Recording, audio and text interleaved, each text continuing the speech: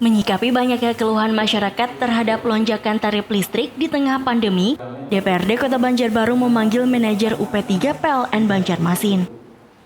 DPRD Banjarbaru memintai penjelasan soal pembengkakan tarif listrik yang dinilai tidak wajar dengan lonjakan hingga 100%.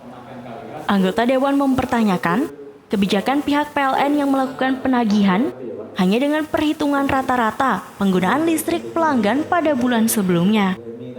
PLN juga diminta untuk melakukan investigasi ke lapangan terhadap kasus-kasus khusus, seperti aduan adanya lonjakan tagihan, padahal rumah tersebut kosong ataupun tidak ditinggali. Ya memang PLN kan 3 bulan terakhir ini mereka melakukan pencatatan secara rata-rata ya. Jadi ketika melakukan pencatatan sesungguhnya ya yang sebenarnya itu terjadi lonjakan itu perhitungannya tidak menyangka juga ketika masyarakat banyak di rumah sehingga pemakaian listrik ini menjadi besar seperti akhirnya itulah lonjakan itulah yang akhirnya membuat kaget di tengah-tengah masyarakat. Rumah-rumah kosong itu mungkin perlu diinvestigasi. Artinya masyarakat silakan mengkomplain jika hal-hal yang tidak sesuai dengan pemakaian. 3 bulan ini kan petugas tidak melakukan pencatatan. Sebagai kompensasinya adalah petugas diberikan data-data pemakaian setiap pelanggan pada saat melakukan kunjungan pencatatan meter di lapangan. Sehingga mereka juga bisa menjelaskan kepada pelanggan bahwa sekianlah yang kurang bayar selama 3 bulan dan berapa KWH. Sehingga ini benar-benar dipahami oleh masyarakat dan sehingga terjadi komunikasi 2 arah antara pelanggan dengan PLN. Nah, seterusnya kita juga minta PLN untuk tidak melakukan pemutusan, terutama untuk pelanggan yang 900 ke bawah.